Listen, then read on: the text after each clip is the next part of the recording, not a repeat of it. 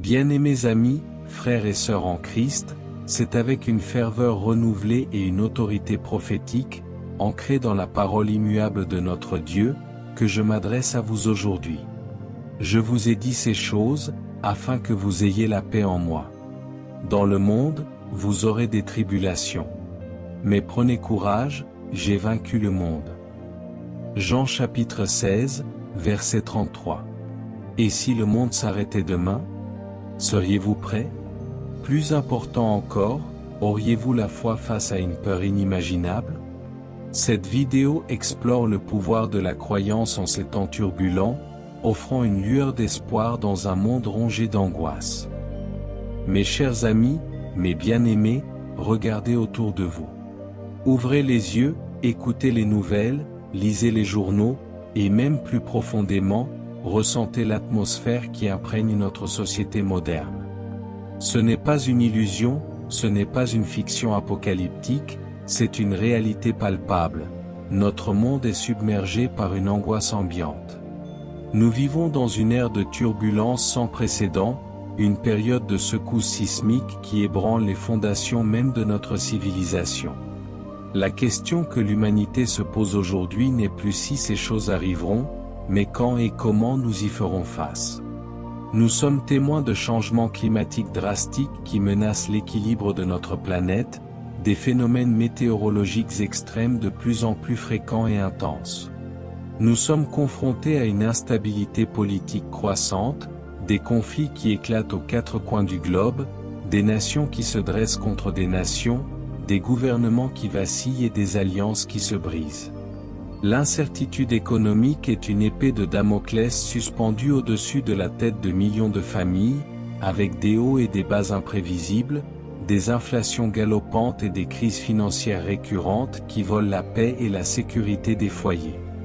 Ajoutez à cela les menaces de pandémies mondiales qui ont déjà démontré leur capacité à paralyser des nations entières, les avancées technologiques rapides, intelligence artificielle, biotechnologie, qui soulèvent des questions éthiques profondes sur la nature de l'humanité elle-même, et une cacophonie d'informations souvent contradictoires et de désinformation qui sèment la confusion et le doute généralisé. Les réseaux sociaux, bien que connectant le monde, amplifient aussi la peur et la division, créant des chambres d'écho pour les angoisses les plus sombres. Ces événements ne sont pas de simples titres d'actualité. Non. Ils pénètrent profondément dans l'âme collective et individuelle, alimentant nos angoisses les plus profondes. Ils nourrissent des sentiments de catastrophe imminente, de perte de contrôle total sur nos vies et notre environnement, et d'un futur sombre et incertain. Beaucoup se sentent impuissants, dépassés, et même désespérés, car les fondations sur lesquelles ils ont bâti leur vive sécurité, stabilité, prévisibilité semble s'effriter sous leurs pieds comme du sable mouvant. Une peur constante paralyse l'action et la prise d'initiative. Lorsque nous sommes submergés par l'anxiété concernant l'avenir, nous sommes incapables de prendre des décisions éclairées, de poursuivre nos rêves et nos aspirations, ou de vivre pleinement le moment présent. C'est comme être un soldat figé sur le champ de bataille, incapable de bouger, même quand le danger approche. Cette paralysie mène à la stagnation personnelle et collective. Lorsque l'incertitude devient la norme et que l'espoir s'amenuise, beaucoup sombrent dans la dépression clinique et un profond désespoir. Ils perdent le goût de la vie, le sens de leur propre existence, et la motivation de continuer à se battre. Cette perte de sens est une des plus grandes tragédies de notre époque, car elle prive l'individu de sa raison d'être et de son but divin. La peur et l'incertitude tendent à diviser les gens, transformant des voisins en étrangers et des communautés en factions. Face à la menace perçue, les sociétés peuvent se fracturer en groupes antagonistes, la méfiance peut grandir à des niveaux alarmants, et la haine peut s'enraciner, chacun cherchant à protéger son propre espace au détriment des autres. La cohésion sociale s'effondre. La peur constante peut éroder la foi et rendre les individus vulnérables aux doctrines erronées ou aux fausses promesses de sécurité. Lorsque les gens sont désespérés, ils sont plus susceptibles de se tourner vers des solutions rapides et illusoires, s'éloignant de la seule source d'espoir véritable. La Bible ne nous cache pas la réalité des temps difficiles. Au contraire, elle les prédit avec une précision étonnante. Jésus lui-même, notre Seigneur et Sauveur, a prophétisé ces jours.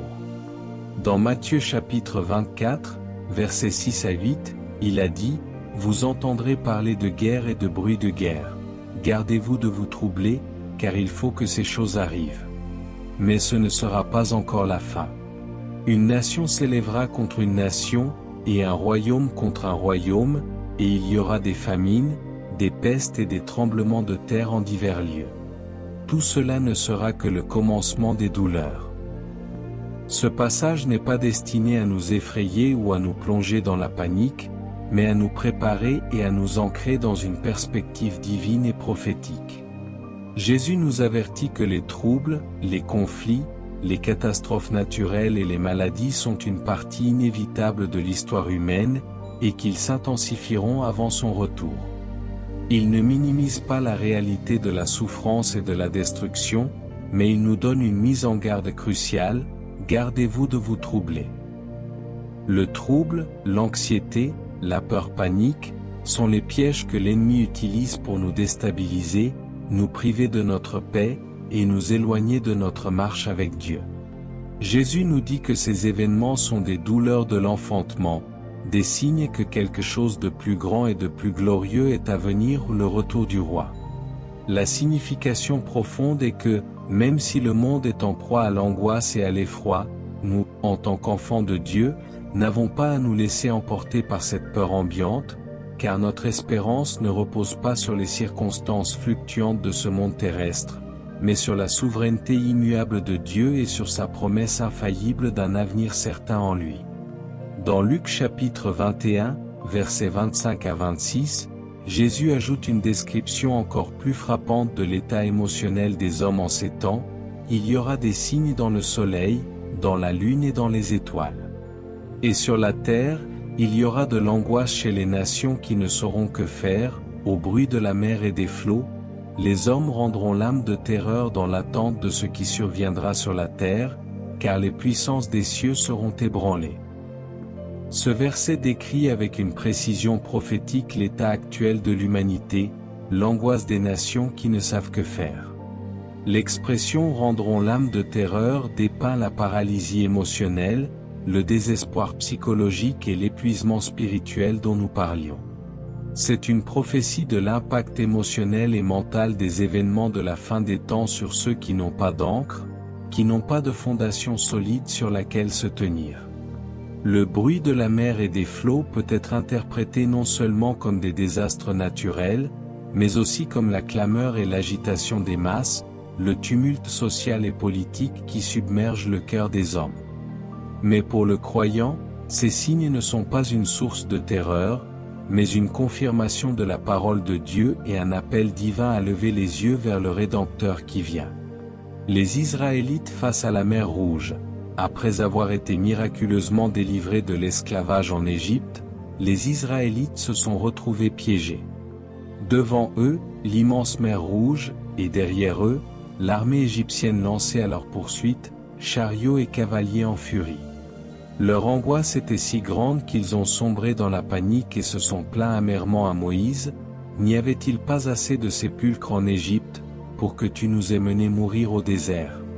Que nous as-tu fait, de nous avoir fait sortir d'Égypte » Exode chapitre 14, versets 10 à 12. Leur peur les a fait douter de la puissance infinie de Dieu, de la fidélité de Moïse, et regretter amèrement leur liberté retrouvée. C'est l'image parfaite de l'impact psychologique dévastateur de la peur et de l'incertitude lorsque l'on ne voit pas de solution humaine. Les disciples dans la tempête sur le lac, comme nous l'avons mentionné, dans Marc chapitre 4, versets 37 à 38, les disciples de Jésus, des pêcheurs pourtant expérimentés et habitués aux aléas du lac, furent terrifiés par une tempête si violente qu'ils pensèrent périr. Leur angoisse était si grande qu'ils ont sombré dans la peur, et même accusé Jésus, qui dormait paisiblement, de ne pas se soucier d'eux, « Maître, ne t'inquiètes-tu pas de ce que nous périssons ?» Leur peur a obscurci leur jugement, leur confiance en leur maître, et leur capacité à se souvenir des miracles qu'il avait déjà accomplis. Élie sous le genévrier, après une victoire spirituelle spectaculaire sur les prophètes de Baal sur le mont Carmel, le prophète Élie, l'homme qui avait fait descendre le feu du ciel, a été soudainement submergé par la peur des menaces de mort de la reine Jézabel. Il a fui dans le désert, a demandé à mourir sous un genévrier, et s'est senti complètement seul, isolé et désespéré, pensant qu'il était le seul prophète de Dieu restant, 1 Roi chapitre 19, versets 1 à 4. C'est un exemple poignant de l'impact psychologique et émotionnel de la peur intense, même sur un homme de foi puissant, s'il ne s'appuie pas constamment et pleinement sur Dieu. Le roi David en fuite de Saul. Pendant de longues années, le roi David, loin de l'Éternel, a vécu dans la peur constante d'être tué par le roi Saul, qui le poursuivait sans relâche. Il a dû se cacher dans des grottes, simuler la folie pour échapper à ses ennemis, et se sentir seul, désespéré et cerné par moments. Beaucoup de ces psaumes reflètent cette angoisse et ce désespoir, comme le psaume chapitre 57, verset 1, « Aie pitié de moi, ô Dieu, aie pitié de moi. Car en toi mon âme cherche un refuge. Je me réfugie à l'ombre de tes ailes, jusqu'à ce que les calamités soient passées. » Sa vie était marquée par une incertitude constante et la menace d'une catastrophe imminente. Restez avec moi, car face à cette angoisse ambiante qui semble vouloir dévorer le monde, il y a une réponse, une ancre inébranlable, une source d'espoir inépuisable que ce monde désespère de trouver. Et s'il vous plaît, n'oubliez pas, abonnez-vous à cette chaîne, activez la cloche de notification pour ne rien manquer de ces vérités divines, et partagez ce message avec tous ceux qui se sentent submergés par l'angoisse ambiante et qui cherchent une véritable lumière. Mes chers amis, mes bien-aimés, face à l'angoisse généralisée que nous venons de décrire, l'humanité cherche désespérément des solutions. Certains se tournent vers la science et la technologie pour résoudre les problèmes climatiques ou pandémiques. D'autres placent leur espoir dans la politique et les nouveaux régimes pour apporter la stabilité. D'autres encore cherchent refuge dans l'activisme social, l'humanitarisme, ou l'accumulation de biens et de richesses, pensant que la sécurité matérielle apportera la paix intérieure. Mais je vous le dis avec une conviction inébranlable, fondée sur la parole éternelle de Dieu, aucune de ces choses, en elle-même, ne peut fournir la paix profonde, la sécurité véritable, et l'espérance inébranlable dont nos âmes ont désespérément besoin. Les solutions humaines sont temporaires, fragiles, et souvent illusoires. Il n'y a qu'une seule ancre qui tienne ferme au milieu de toutes les tempêtes de la vie, une seule source de force et d'espérance qui ne tarit jamais, c'est la foi. La foi n'est pas un concept abstrait, une simple croyance intellectuelle ou un optimisme aveugle. Non. La foi est une force active, une certitude inébranlable en Dieu et en sa parole infaillible, qui nous permet de voir au-delà des circonstances immédiates, des apparences et des menaces du monde, et de nous tenir fermes sur le rocher des âges, qui est Christ Jésus. La foi est la substance des choses espérées, l'assurance des choses qu'on ne voit pas. C'est cette foi vivante qui nous donne le pouvoir surnaturel de naviguer dans les périodes d'incertitude et de calamité avec calme, courage, discernement, et une paix qui surpasse toute intelligence humaine. Elle transforme notre perception de la réalité, nous permettant de voir la main de Dieu même quand tout semble s'écrouler. La foi nous connecte à la puissance illimitée de Dieu. La foi est le canal divin par lequel la puissance omnipotente de Dieu se manifeste dans nos vies.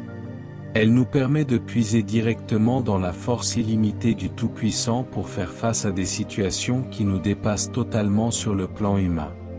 Lorsque nos propres forces faiblissent, la foi nous relie à celui qui est Tout-Puissant.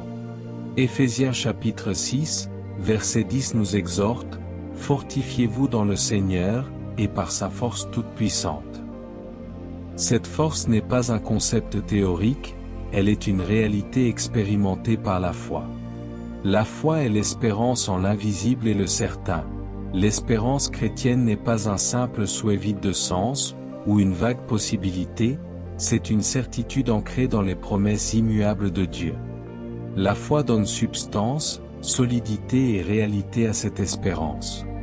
Hébreux chapitre 11, verset 1 déclare avec autorité, « Or la foi est une ferme assurance des choses qu'on espère, une démonstration de celles qu'on ne voit pas. » Dans les moments d'incertitude et de chaos, quand nous ne voyons aucune solution humaine ou aucune issue, la foi nous donne l'assurance que Dieu est souverainement à l'œuvre, et qu'il nous conduit vers un avenir certain, une destinée glorieuse, même si le chemin est obscur. La foi produit une paix profonde. Lorsque nous choisissons de faire confiance à Dieu de tout notre cœur, notre âme et notre esprit, notre cœur se calme au milieu des tempêtes.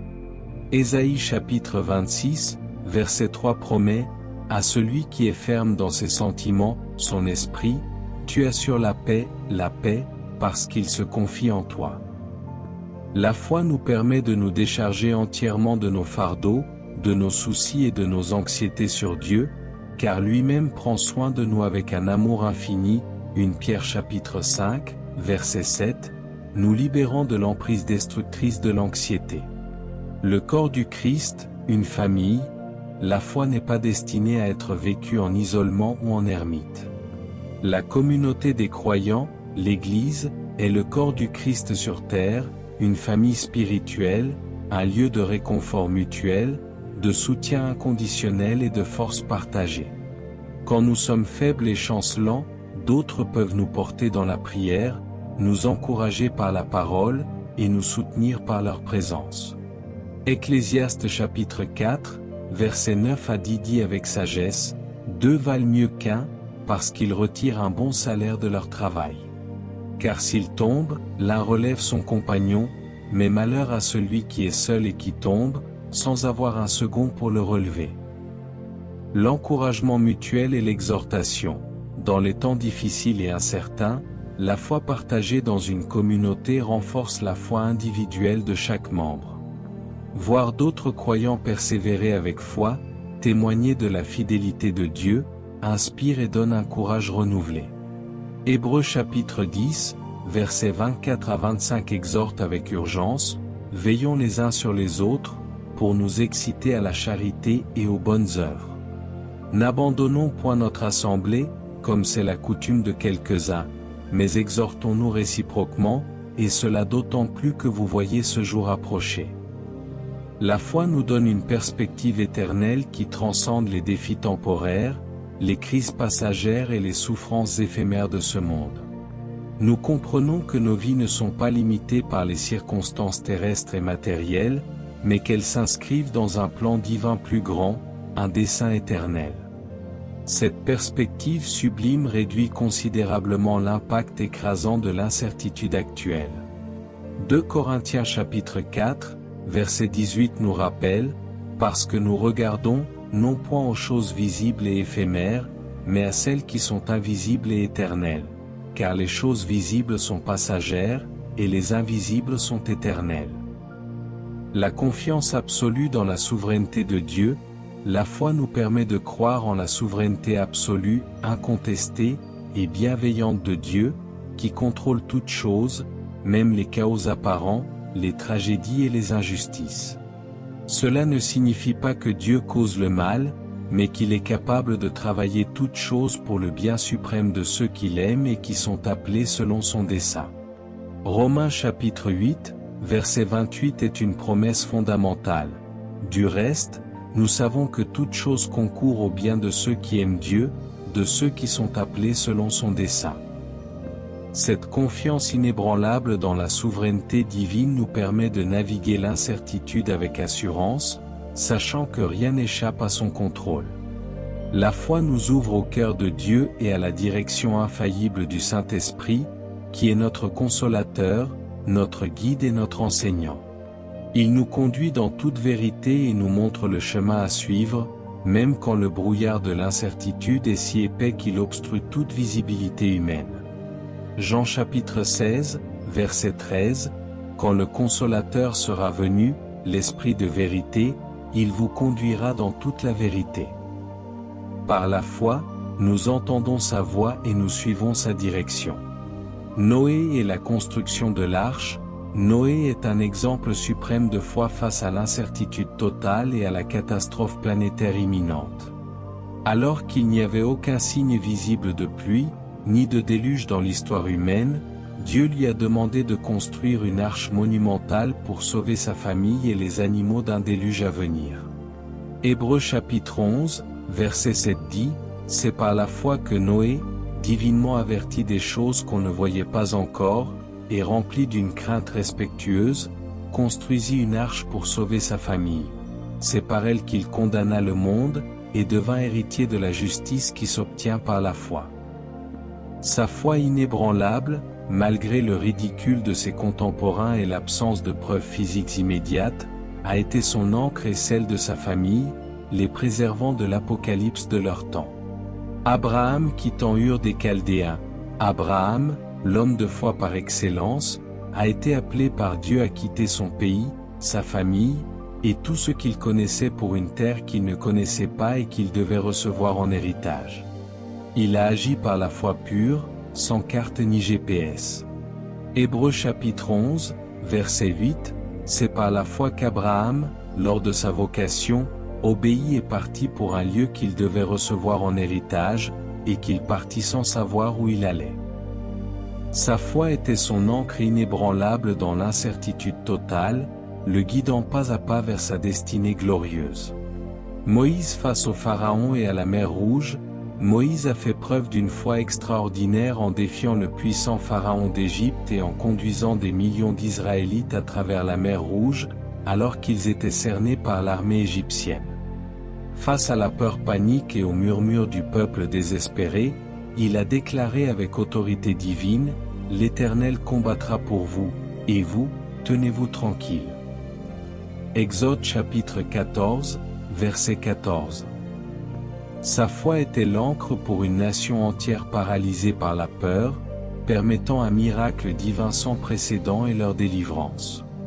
David face à Goliath.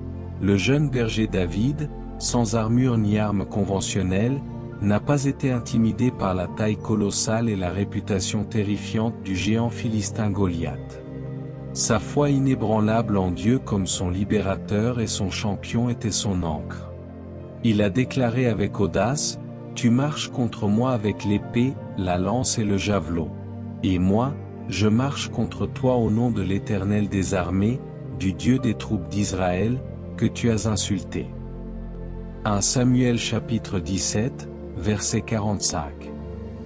Sa foi était la source de sa force, de son courage indomptable, et de sa victoire éclatante sur la peur et la menace. Les martyrs des premiers chrétiens. Les premiers chrétiens ont affronté une persécution inimaginable de la part des autorités romaines, subissant la torture, la mort brutale et la persécution pour leur foi. Leur foi était leur ancre inébranlable. Actes chapitre 7, versets 55 à 60 décrit Étienne, le premier martyr chrétien, qui, rempli du Saint-Esprit, même sous la lapidation, a vu la gloire de Dieu et Jésus debout à la droite de Dieu, et a prié pour ses bourreaux. C'est cette foi divine qui leur a donné la force de tenir bon jusqu'à la fin, transformant la mort en témoignage. Paul et Silas en prison à Philippe, au lieu de sombrer dans le désespoir, la colère ou l'apitoiement sur eux-mêmes après avoir été brutalement battus et emprisonnés injustement dans les cachots de Philippe, Paul et Silas ont choisi d'exprimer leur foi par la louange et l'adoration. Ils ont prié et chanté des hymnes à Dieu au milieu de la nuit, devant tous les prisonniers, Actes chapitre 16, versets 25 à 26. Leur foi, exprimée dans l'adoration, était leur ancre, déclenchant un tremblement de terre divin et conduisant non seulement à leur libération mais aussi à la conversion du geôlier et de toute sa famille. Restez avec moi, car cette foi n'est pas seulement une théorie lointaine ou une doctrine religieuse, elle a été démontrée à travers l'histoire biblique et à travers les âges, prouvant sa puissance transcendantale et sa capacité à vaincre la peur. Et s'il vous plaît, n'oubliez pas, Abonnez-vous à cette chaîne, activez la cloche de notification pour ne rien manquer de ces révélations profondes, et partagez ce message avec tous ceux qui cherchent une ancre véritable et durable dans la foi.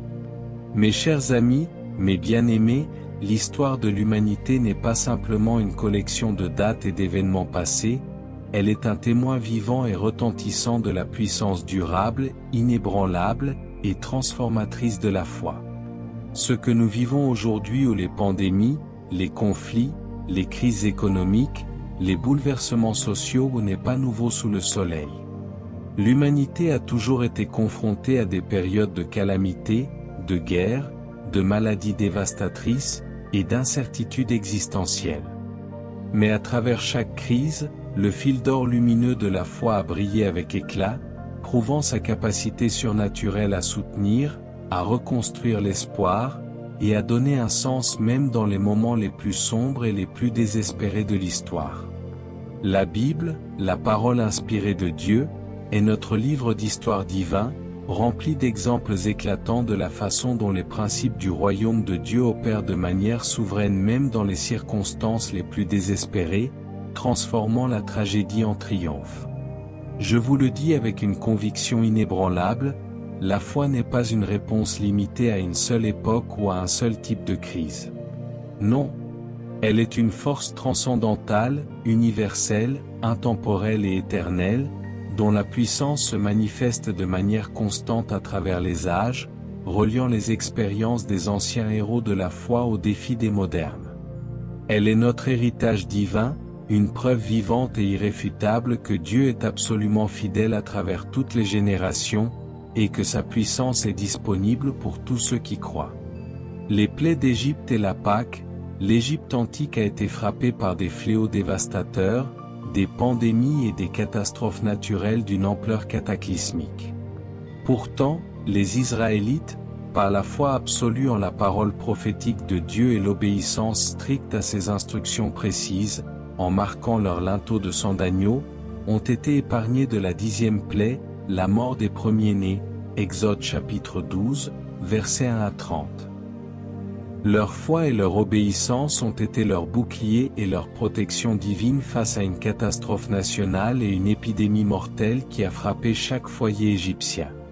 La guerre contre les Cananéens sous Josué, le peuple d'Israël, sous la direction de Josué, a dû affronter de nombreuses guerres et des batailles féroces pour prendre possession de la terre promise, faisant face à des villes fortifiées imprenables et des armées ennemies puissantes.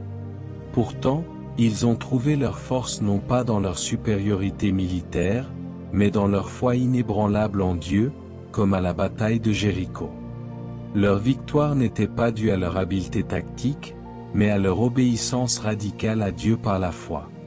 Josué chapitre 6, versets 1 à 20 décrit la chute miraculeuse des murs de Jéricho par la foi et l'obéissance, une preuve éclatante de la puissance divine de la foi dans la guerre spirituelle et physique.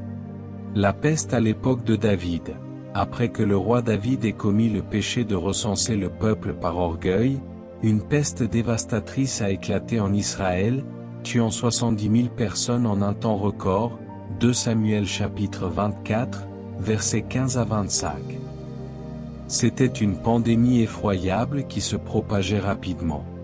Mais la foi de David, manifestée par une repentance sincère, une prière fervente et l'offrande de sacrifices expiatoires à l'Éternel sur l'aire d'Aravna, a arrêté miraculeusement le fléau. La foi a apporté la délivrance divine face à une catastrophe sanitaire d'envergure nationale. Ézéchia face à l'invasion assyrienne et la maladie mortelle, le roi Ézéchia a fait face à une double menace existentielle. D'abord, l'invasion de la puissante et terrifiante armée assyrienne de Sennachérib, qui menaçait de détruire Jérusalem et d'anéantir Juda. Au lieu de paniquer, il a prié Dieu avec foi, et Dieu a envoyé un ange pour détruire 185 000 soldats assyriens en une seule nuit, 2 Rois chapitre 19, versets 14 à 36. Ensuite, confronté à une maladie mortelle qui le conduisait aux portes de la mort, Ézéchia a prié avec ferveur, et Dieu, dans sa miséricorde, a prolongé sa vie de 15 ans, 2 Rois chapitre 20, versets 1 à 6. Sa foi était la clé de sa force et de sa délivrance face à la guerre et à la maladie. Les chrétiens d'Antioche pendant la famine. Dans Actes chapitre 11, versets 27 à 30, le prophète Agabus prophétise une grande famine à venir qui affecterait tout le monde romain.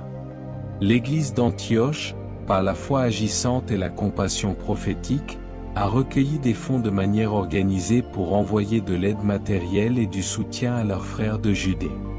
C'est un exemple frappant de la façon dont la foi se manifeste par l'action collective, la prévoyance et l'entraide face aux catastrophes imminentes, transformant la menace en opportunité de service. La reconstruction de Jérusalem sous Néhémie et Esdras. Après 70 ans d'exil à Babylone, Jérusalem était en ruine, ses murs démolis, et le peuple de Dieu était découragé, vivant dans la honte et le désespoir.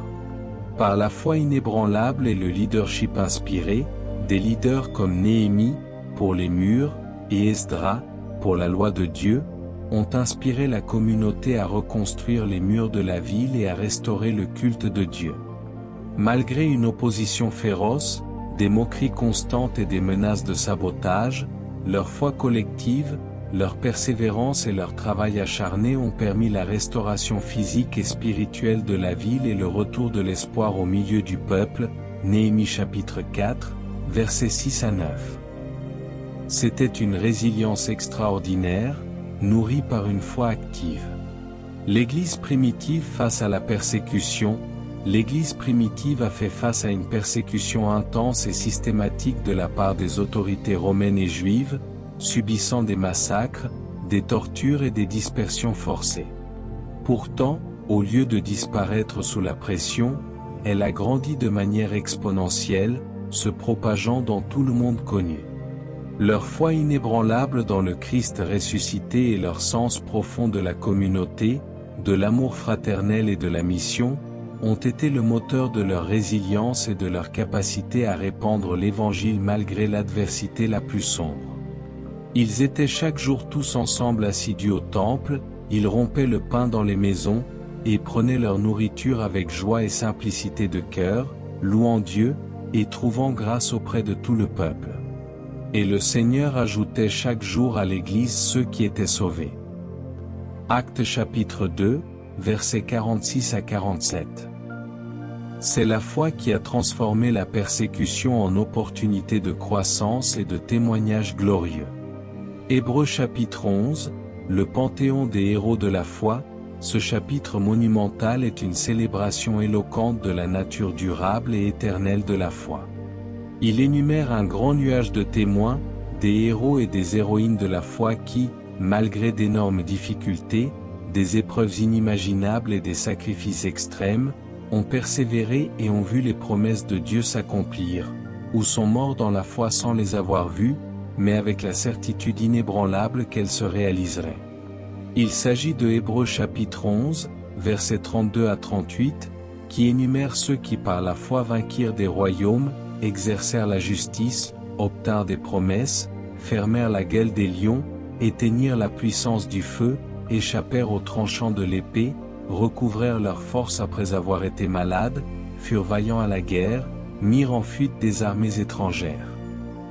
Et aussi ceux qui ont souffert avec courage, d'autres subirent les moqueries et le fouet, les chaînes et la prison, ils furent lapidés, sciés, mis à l'épreuve, tués par l'épée, ils allèrent çà et là, vêtus de peaux de brebis et de chèvres, dénués de tout, persécutés, maltraités, eux dont le monde n'était pas digne, errant dans les déserts et les montagnes, dans les cavernes et les antres de la terre. La foi est ce qui les a soutenus et leur a donné la victoire, prouvant que sa capacité à transcender toutes les difficultés et toutes les formes d'adversité est illimitée et éternelle. La foi est un don et un fruit du Saint-Esprit. La foi est à la fois un don précieux de Dieu qui nous est accordé par grâce, Éphésiens chapitre 2, verset, émoticône n'en croyant pas ses yeux et un fruit essentiel de l'Esprit qui grandit et se développe à travers les épreuves et l'obéissance à la parole de Dieu, Galates chapitre 5, verset 22. Ce n'est pas quelque chose que nous fabriquons par nos propres efforts, mais quelque chose que Dieu nous donne généreusement et que nous cultivons en lui faisant confiance.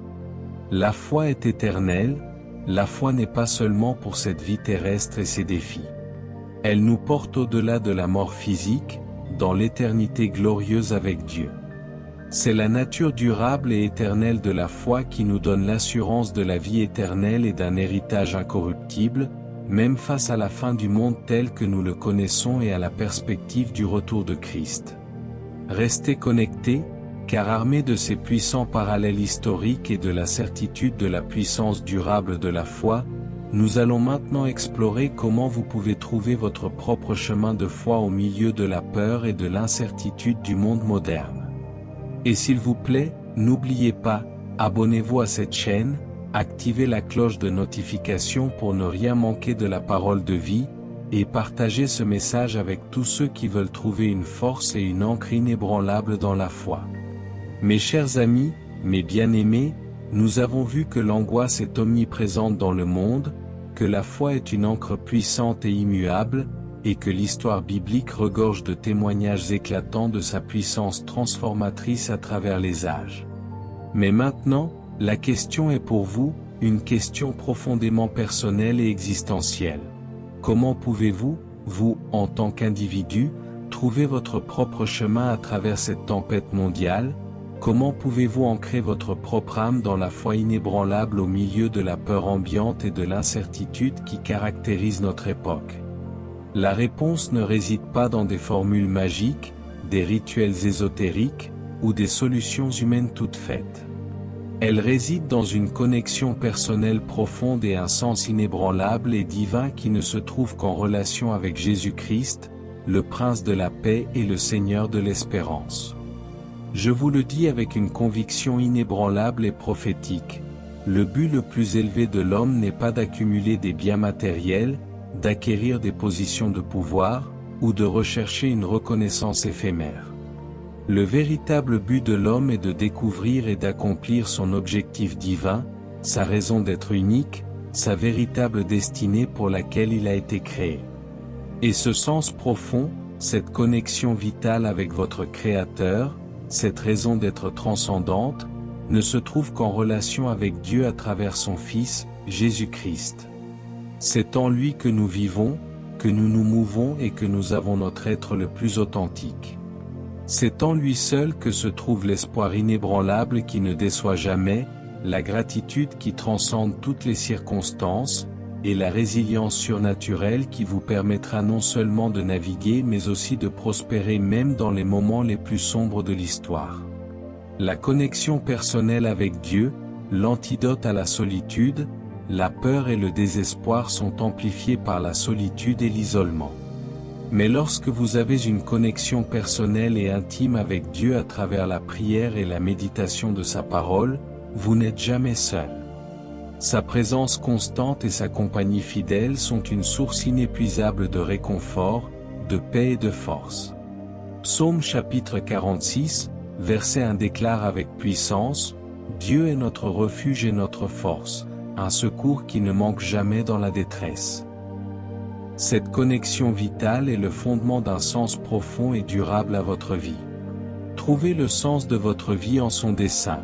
La peur, l'anxiété et le désespoir s'installent souvent lorsque la vie semble dénuée de sens, lorsque les événements semblent aléatoires et insensés.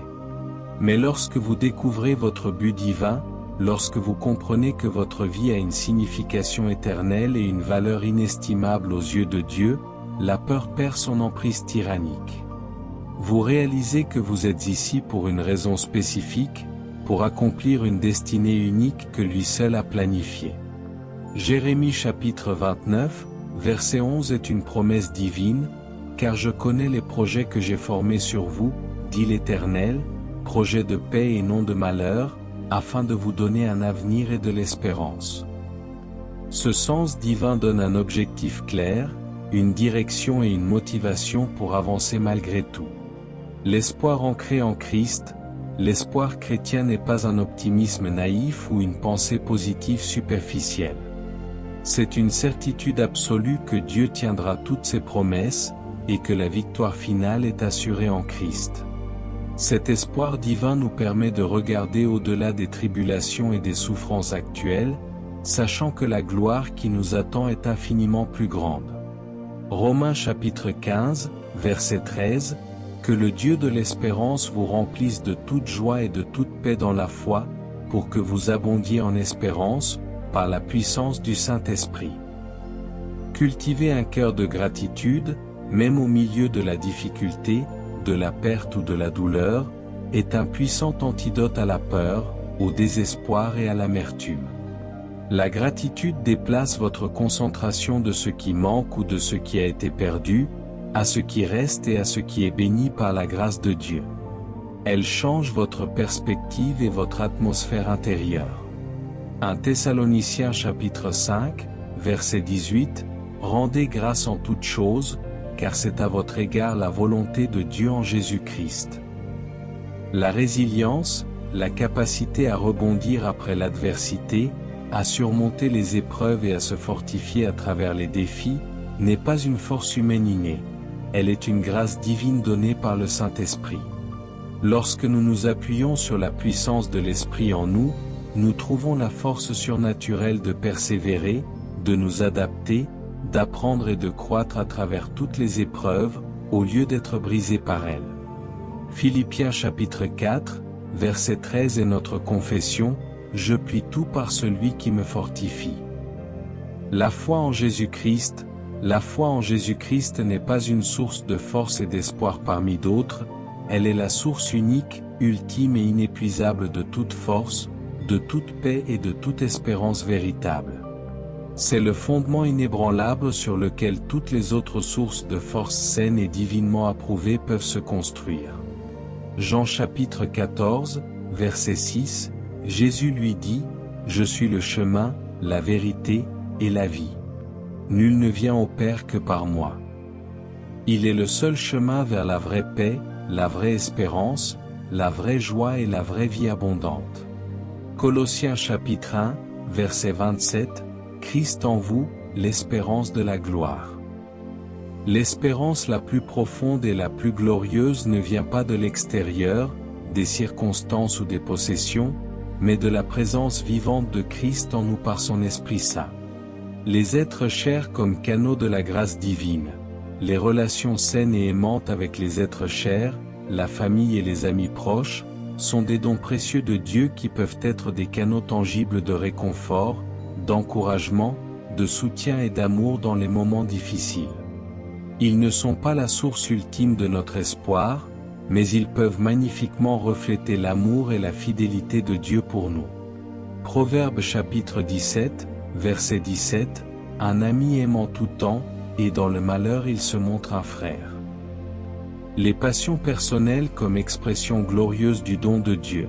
Vos passions, vos talents, vos intérêts uniques sont des dons de Dieu, des expressions de sa créativité en vous.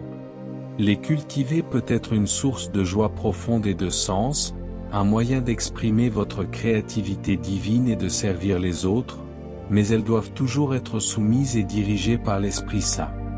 Elles ne doivent jamais devenir une idole qui remplace Dieu, mais un outil puissant pour sa gloire et le bien de l'humanité. 1 Pierre chapitre 4, verset 10, « Comme de bons dispensateurs des diverses grâces de Dieu, que chacun de vous mette au service des autres le don qu'il a reçu. » Marie de Magdala et sa rencontre avec le Christ ressuscité. Après la crucifixion de Jésus, Marie de Magdala était remplie de douleur intense et de désespoir total, le cœur brisé. Elle est venue au tombeau avec un grand chagrin pour pleurer son Seigneur perdu. Mais sa rencontre personnelle, intime et bouleversante avec le Christ ressuscité a transformé instantanément sa peur et son chagrin profond en une joie exubérante et une espérance inébranlable. Jean chapitre 20, versets 11 à 18. Sa connexion personnelle avec Jésus a été son chemin vers la vie, l'espoir et la mission. Paul et sa conversion radicale sur le chemin de Damas. Avant sa conversion, Saul de Tarse était un homme rempli de zèle religieux, mais son chemin était celui de la persécution violente et de la destruction des chrétiens. Sa rencontre personnelle, surnaturelle et transformatrice avec Jésus sur le chemin de Damas a totalement bouleversé son parcours, le mettant sur un nouveau chemin de vie, de rédemption et de but divin, faisant de lui l'apôtre Paul, Actes chapitre 9, versets 1 à 19. C'est la preuve puissante que même dans la plus grande confusion et l'opposition la plus féroce, une rencontre avec Christ peut vous donner un chemin clair et une destinée glorieuse. Le publicain Zachée, un collecteur d'impôts impopulaire, corrompu et rejeté par sa propre communauté, vivait une vie de richesse matérielle mais sans véritable sens, sans connexion humaine, et rempli de vide intérieur. Sa détermination à voir Jésus, grimpant à un sycomore malgré sa dignité, l'a conduit à une rencontre personnelle et inattendue qui a transformé radicalement sa vie, le poussant à la repentance, à la restitution et à une nouvelle vie de générosité et de joie, Luc chapitre 19, versets 1 à 10. Sa vie a trouvé un nouveau sens et un nouveau chemin grâce à cette connexion personnelle avec le Sauveur. La femme au puits de Samarie. Cette femme vivait une vie de honte, de solitude et d'isolement social, sans véritable chemin ni sens. Sa rencontre personnelle avec Jésus au puits de Jacob, où il a révélé sa vie passée et lui a offert l'eau vive qui désaltère pour l'éternité, a transformé son existence et l'a propulsé dans une nouvelle mission d'évangélisation, Jean chapitre 4, versets 7 à 30. Elle a trouvé son chemin, sa vérité et sa liberté dans la révélation de Christ. Restez connectés, car après avoir découvert votre chemin et ancré votre vie en Jésus-Christ, l'étape suivante est d'agir et de devenir un agent d'espoir, une lumière brillante dans ce monde qui se noie dans la peur. Et s'il vous plaît, n'oubliez pas, abonnez-vous à cette chaîne, activez la cloche de notification pour ne rien manquer de la sagesse divine, et partagez ce message avec tous ceux qui cherchent leur propre chemin de foi et d'espoir en ces temps incertains. Mes chers amis, mes bien-aimés en Christ, nous sommes arrivés au moment décisif et prophétique de ce message. Nous avons exploré l'angoisse ambiante du monde, cette peur généralisée qui étouffe l'âme humaine. Nous avons découvert la foi comme l'ancre inébranlable capable de nous soutenir dans les tempêtes. Nous avons tiré des leçons puissantes des témoignages historiques de sa puissance transformatrice à travers les âges. Et nous avons souligné l'importance cruciale de trouver votre propre chemin personnel en Jésus-Christ, la source ultime de toute vérité, paix et espérance. Mais, comme je l'ai toujours dit, la connaissance seule ne suffit pas. La véritable transformation ne commence qu'avec l'application délibérée, courageuse et persévérante des principes divins que nous avons reçus. Vous êtes appelés à être non seulement des auditeurs de la parole, mais des acteurs de la parole, des bénéficiaires de l'espoir, mais des porteurs ardents de cet espoir dans un monde qui se noie dans la peur et le désespoir. Je vous le dis avec une conviction inébranlable et une urgence prophétique. Le moment est venu, plus que jamais dans l'histoire de l'humanité, de s'accrocher fermement à Jésus-Christ et de lui donner votre vie entière, sans réserve ni compromis. C'est la décision la plus importante que vous puissiez prendre, la seule décision qui garantit la paix profonde au milieu des tempêtes les plus violentes, la force surnaturelle face à une peur inimaginable, et l'espoir certain et éternel face à l'incertitude la plus profonde. L'Église, le corps du Christ sur terre, est le lieu divinement ordonné où cette action collective prend son sens le plus profond et manifeste sa puissance la plus grande. Dans un monde qui tremble sur ses fondations, l'Église n'est pas juste un bâtiment ou une organisation, elle est appelée à être un refuge, un lieu de sécurité spirituelle, émotionnelle et relationnelle. C'est une forteresse divine où les croyants peuvent se rassembler, se fortifier mutuellement par la parole, la prière et la communion, et trouver la direction divine pour naviguer les défis collectifs et personnels. Hébreux chapitre 10, versets 24 à 25 nous l'a déjà dit avec clarté et urgence, veillons les uns sur les autres, pour nous exciter à la charité et aux bonnes œuvres. N'abandonnons point notre assemblée, comme c'est la coutume de quelques-uns, mais exhortons-nous réciproquement, et cela d'autant plus que vous voyez ce jour approcher. Les défis monumentaux du monde moderne sont trop grands, trop complexes et trop écrasantes pour être affrontés seuls, en tant qu'individus isolés. L'unité dans l'Église, la connexion authentique entre frères et sœurs en Christ, multiplie notre force spirituelle et notre impact. Lorsque nous prions ensemble, nous servons ensemble, nous nous encourageons mutuellement et nous nous soutenons les uns les autres dans l'amour, nous devenons un témoignage puissant et irréfutable de la puissance unificatrice et transformatrice de Dieu. Matthieu chapitre 18, verset 20, « Car là où 2 ou 3 sont assemblés en mon nom, je suis au milieu d'eux. » Sa présence en notre sein décuple notre capacité à faire face à l'adversité. L'Église comme agent prophétique de changement et de lumière, l'Église n'est pas seulement un lieu pour se cacher de la tempête ou pour attendre passivement la fin des temps, elle est un corps dynamique, divinement mandaté et envoyé pour influencer positivement le monde, pour apporter la lumière de Christ dans les ténèbres, pour être le sel qui préserve et le levain qui transforme. Quand l'Église s'élève dans la foi, dans l'unité et dans l'amour, elle devient une force imparable pour le bien, même face aux menaces les plus apocalyptiques. Matthieu chapitre 5, versets 13 à 14, « Vous êtes le sel de la terre. Mais si le sel perd sa saveur, avec quoi la lui rendra-t-on? Il ne sert plus qu'à être jeté dehors, et foulé aux pieds par les hommes. Vous êtes la lumière du monde.